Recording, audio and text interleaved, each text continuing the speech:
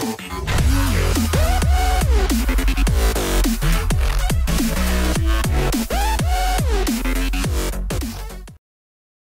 is going on today, guys? Tomcat here, and today I'm bringing you guys a drift build in Forza 5 of the Brabham BT24 race car. Now, I showed this car for the first time in my Nürburgring first race video, and as I remember from that video, and as all you guys I'm sure remember that watched that video, it's very drifty right off the lot. So we're gonna go ahead and see what we can get out of this thing, power-wise, and most importantly, sidewaysness-wise. So, let's go ahead and, actually, not Forza Vista, car, and upgrade.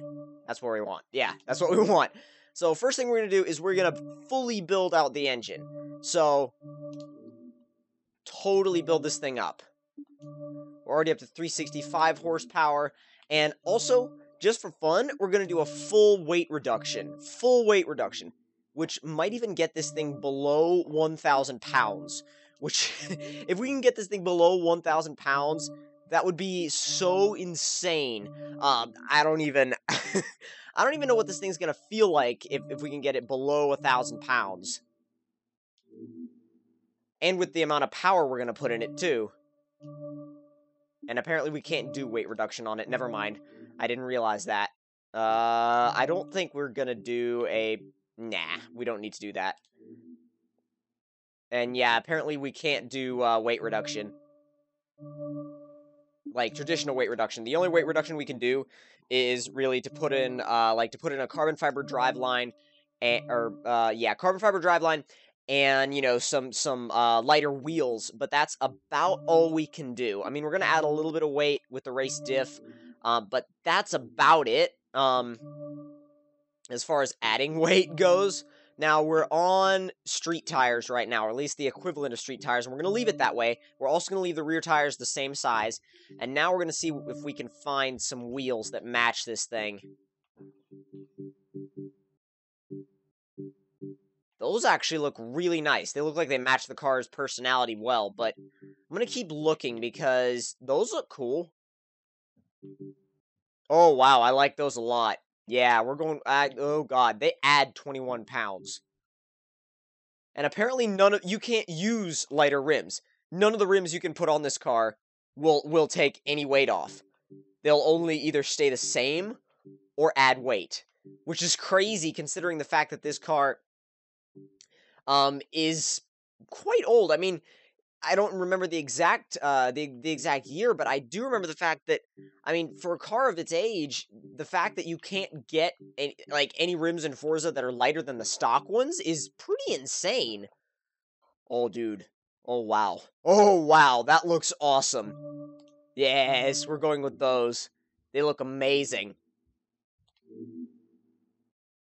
Now, we're going to do just a little bit of tuning. Honestly, just primarily, we're going to do tire pressure and the diff. And that's pretty much all we're going to do straight off the bat. We're going to do tire pressure, like I said.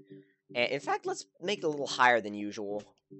Leave it more at about up 28, and then 27.5.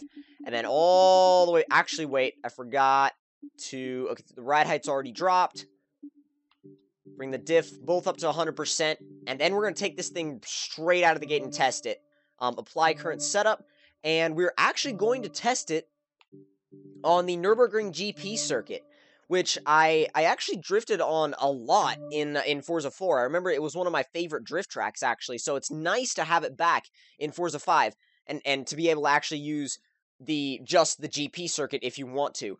Now, if I remember correctly, in Forza 4, there were 2 layouts of the GP circuit, and in Forza 5, there's only 1, but honestly, that's a really small thing, really. That's not anything worth, you know, making a fuss over. I don't know if you guys can hear my extremely squeaky chair in the background. It's so dang squeaky, but let's see how this thing sounds after the upgrades.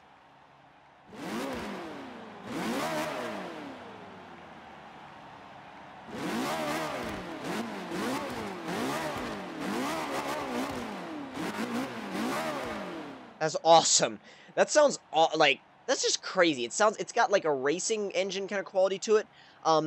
It's got that V8 sound, but it's also got that high pitch. It's awesome. Love the sound of this engine. That's a complete brake stand, and we're accelerating. This is a brake stand right now. And we're accelerating under full braking. And I should actually turn my drift HUD on. Because we kind of want that.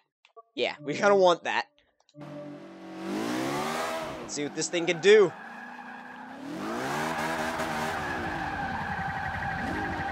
Okay, I messed up that entry line. It was weird. Okay. That felt weird.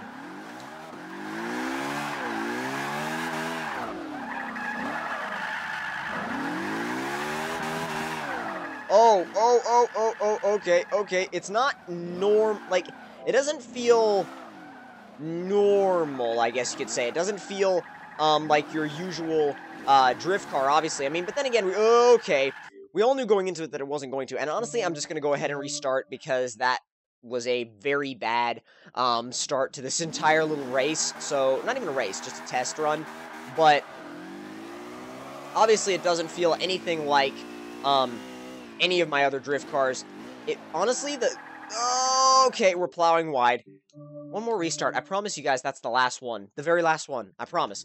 But it feels honestly a little bit like that Indy car that I did recently, just because of the fact that it wants to grip, but it is a little bit looser at the rear end than the Indy car was. The Indy car was just so planted that it didn't even want to get sideways at all. This wants to. This wants to get sideways a little bit, but it will grip up, and it will bring itself back into line if you let it. So you have to be a little bit careful with it, but with that being said, you can also have a lot of fun with this car. Oh wow.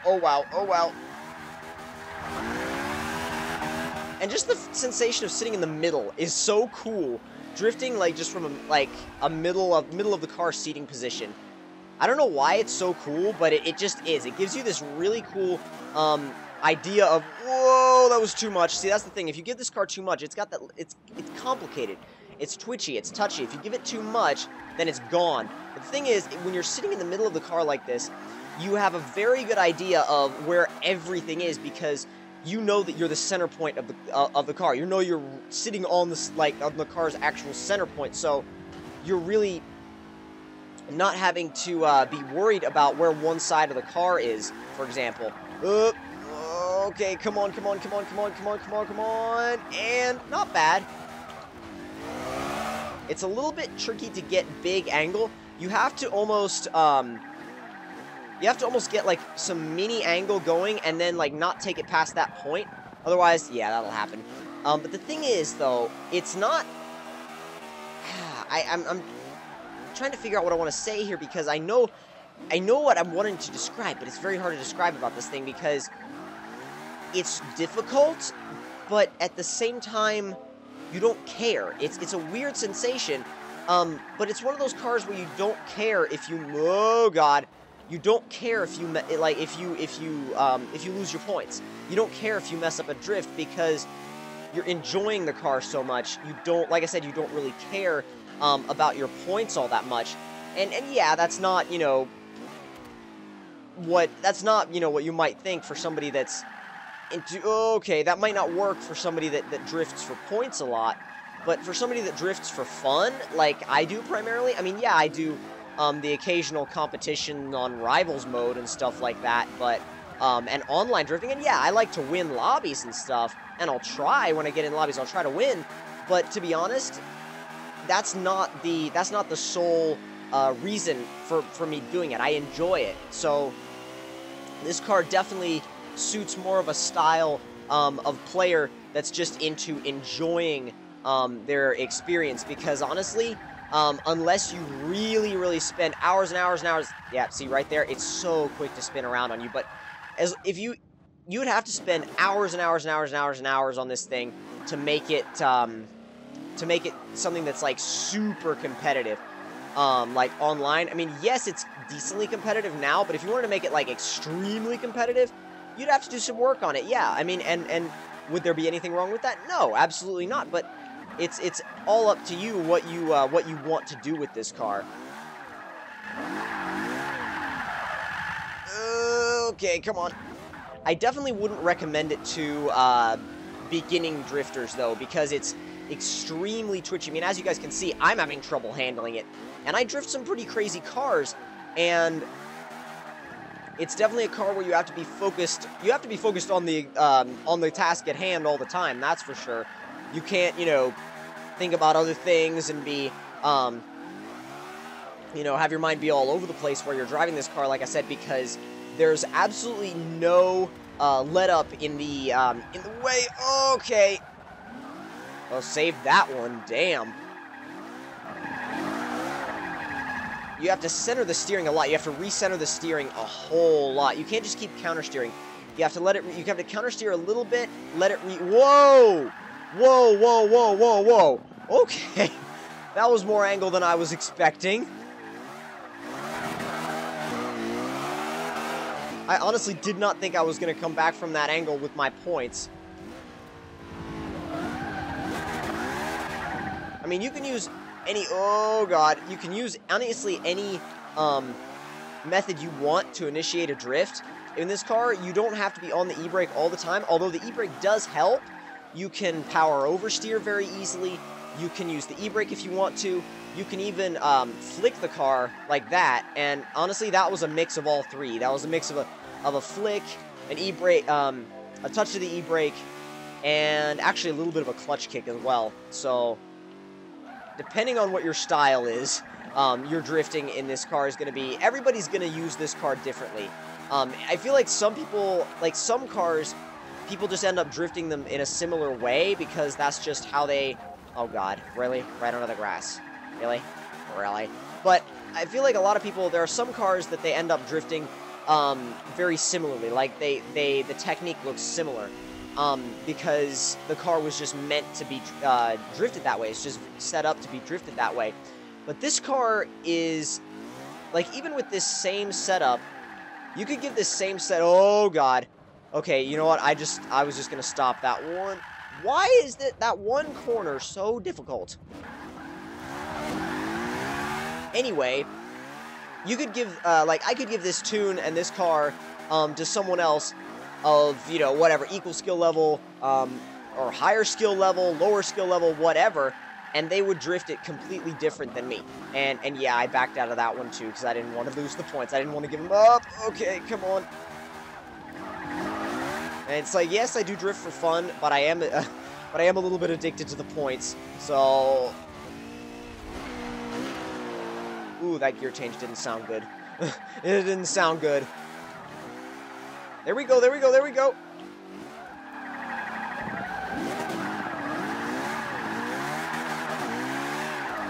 Not too bad.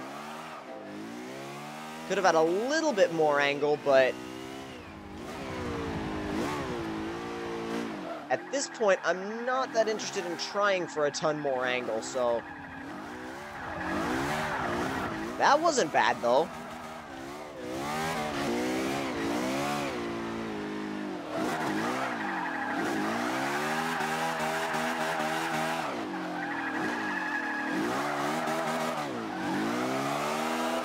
Really trying to focus, because like I said, with this car, you need to be.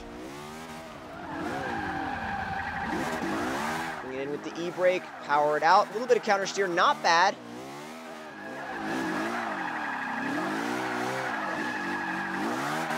Oh yeah, it's definitely starting to come together in this third lap. Woo!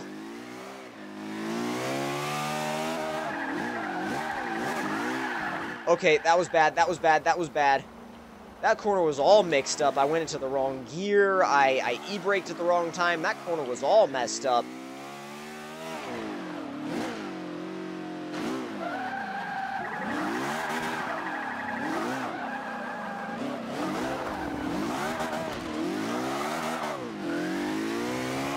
I want to at least make this last corner really good. Or at least something close to really good.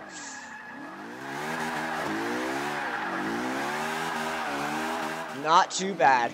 Not too bad. Well, final opinions on this car.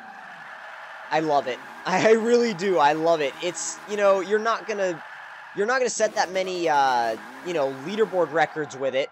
I mean, you could, if you were really determined with it and really stuck with it, you could, but honestly, the car is not about that. It's about the fun factor, and if you guys want to copy my setup, feel free to do that. So, but definitely, absolutely love this car.